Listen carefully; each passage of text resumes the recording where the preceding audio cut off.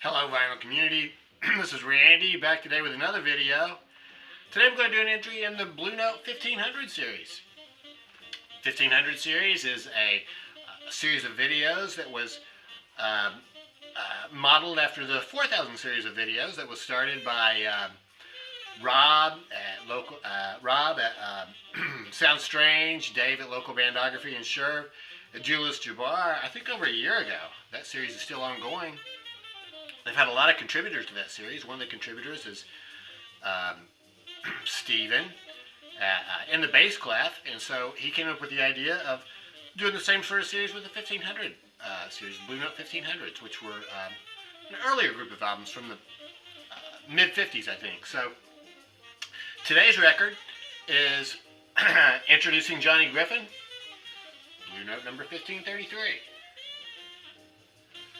This record is, I guess it can also be known as Chicago Calling. And the liner notes back here by Joe Siegel, who was a Chicago columnist. He refers to the song Chicago Calling as the title cut.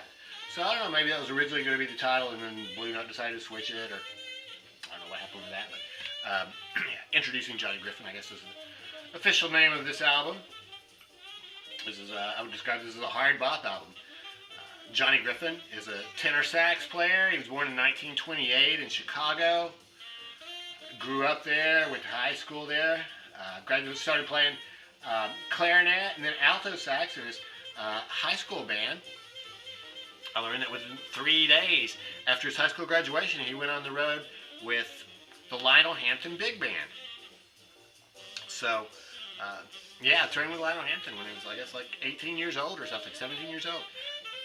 Lionel encouraged him to pick up the tenor saxophone, so he started playing tenor sax, and I guess that's what he decided to stick with. So, yeah, did that for a while with Lionel. Then I read that he was in a sextet with another member of that Lionel Hampton Big Band.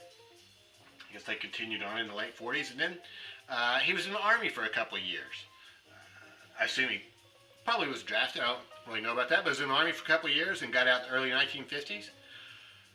Moved back to Chicago, and I guess he became pretty well known as the fastest tenor player in the West. So he was gigging around there and came to Thelonious Monk's attention. Thelonious suggested Riverside Records that they sign him, but Riverside decided not to, I guess, and so he got signed by Blue Note. He played in Thelonious Monk's quartet for a while. Thelonious had the famous quartet that played at the Five Spot there in New York, and John Coltrane had played there with him for a while. And then I guess when John left, Johnny Griffin took his place. So, yeah, big shoes to fill there. And in 1956, April of 1956, this record was recorded with Johnny Griffin as the leader. This features Wynton Kelly on piano, Curly Russell on bass, and Max Roach on drums. This is Johnny's first album as a leader.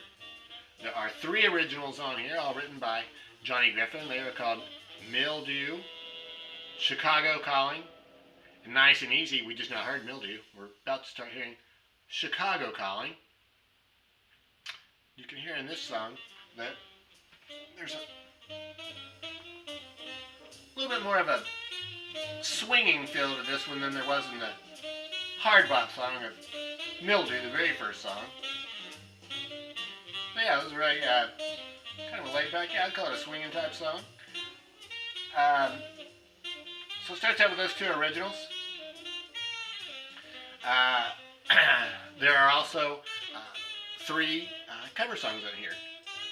4 cover songs on here. So 3 of those are popular songs of the time. These Foolish Things, The Boy Next Door, and It's All Right With Me, the Cole Porter song. I think they were probably all 3 songs from Broadway musicals. They were popular, I think, in the 40s and 50s. And then the very last song is Lover Man, which is the longest song on the album. All the other songs I mentioned are all about 4 to 6 minutes long. Lover Man's about 8 minutes long. Some of these songs are real long. Lover Man is the longest. song on here, clocking in at just about 8 minutes. That was a song that was made famous by Charlie Parker in the 1940s, I think. So, yeah. The cover here is a Reed Miles cover, designed by Reed Miles. The photo is taken by Francis Wolff. You see the Venetian blinds back there. It looks like he's in the Rudy Van Gelder's house there, which I guess is where they recorded this, the Van Gelder Studios. Some of the pictures I've seen online have more of a reddish tint. This is a record. The one that I'm holding here is the 2019 Blue Note 80 reissue. This is not an original pressing.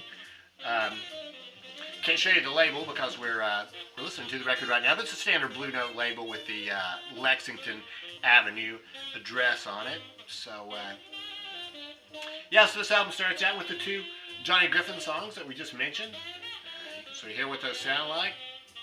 These Foolish Things, the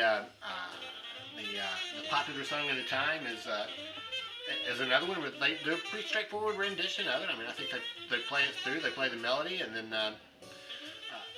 Johnny takes a chorus and yeah, solos on that. Sounds really good.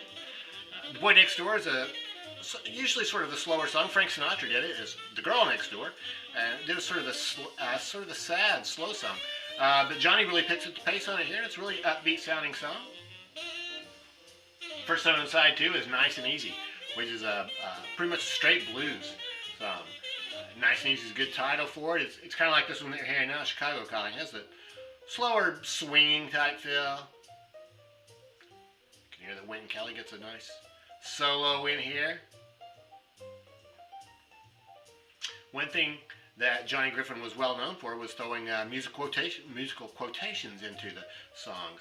So like on Mildew, for instance, the very first song on the album, there's a quotation from My Little Surrey.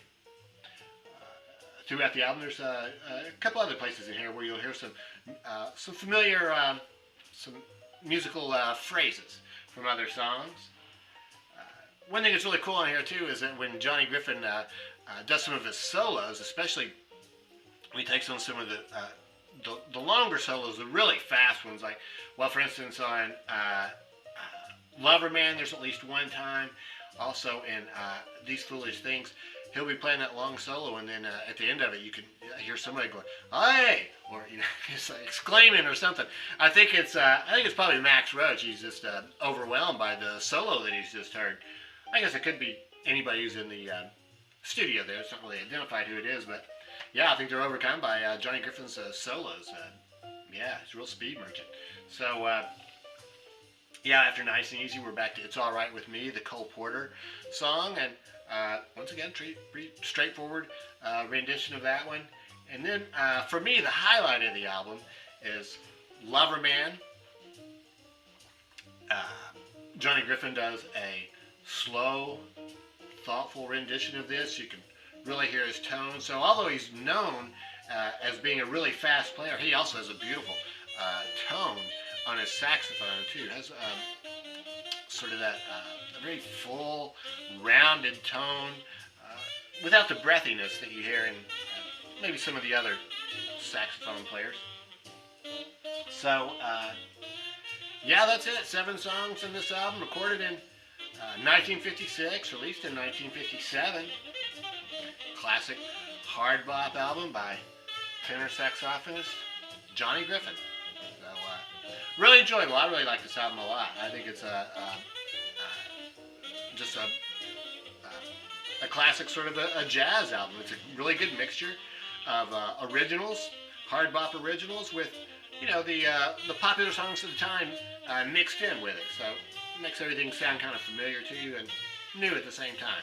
So yeah, that's it. So thanks very much, Stephen, for organizing this whole project. And yeah, let me know what you think about this record. Have you heard it? Highly recommend it to you. I guess one last thing I'll add, that if you decide to stream it, or there is a CD version out there too that adds a couple more songs.